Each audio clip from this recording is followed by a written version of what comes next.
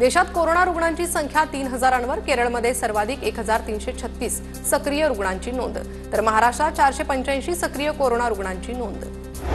मुंबई आणि उपनगरांमध्ये सीएनजीच्या किमतीत आजपासून वाढ, सीएनजीच्या किमतीत प्रति किलो 50 पैशांनी वाढ, सीएनजीची सुधारित किंमत 80 रुपयांवर।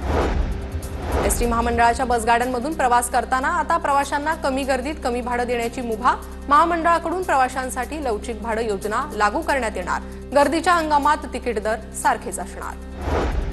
अमेरिकेकडून स्टील ॲल्युमिनियमवरील कर 25 वरून 50%वर, भारतीय धातू निर्यातीवर 39,000 कोटींचा परिणाम होण्याची शक्यता, ग्लोबल ट्रेड रिसर्च इनिशिएटिव्हच्या नवीन विश्लेषण अहवालात दावा। तेलंगणात 8 नक्षलवाद्यांचं पोलिसांसमोर आत्मसमर्पण, 3 महिला नक्षलवादी आणि 5 पुरुष नक्षलवाद्यांचा समावेश, डीव्हीसीएम पदावरील मोठ्या नक्षलवाद्यांचंही आत्मसमर्पण।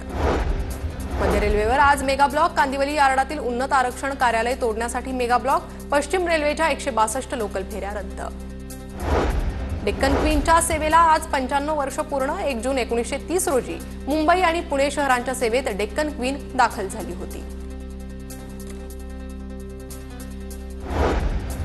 महाराष्ट्रात 12 दिवस आधीच मान्सून दाखल, मात्र कोकण रेल्वे चाकरमान्यांच्या प्रवासासाठी सुरक्षित सज्ज, नैसर्गिक आव्हानांचा सामना करण्यासाठी यंदा अधिक काटेकोर नियोजन।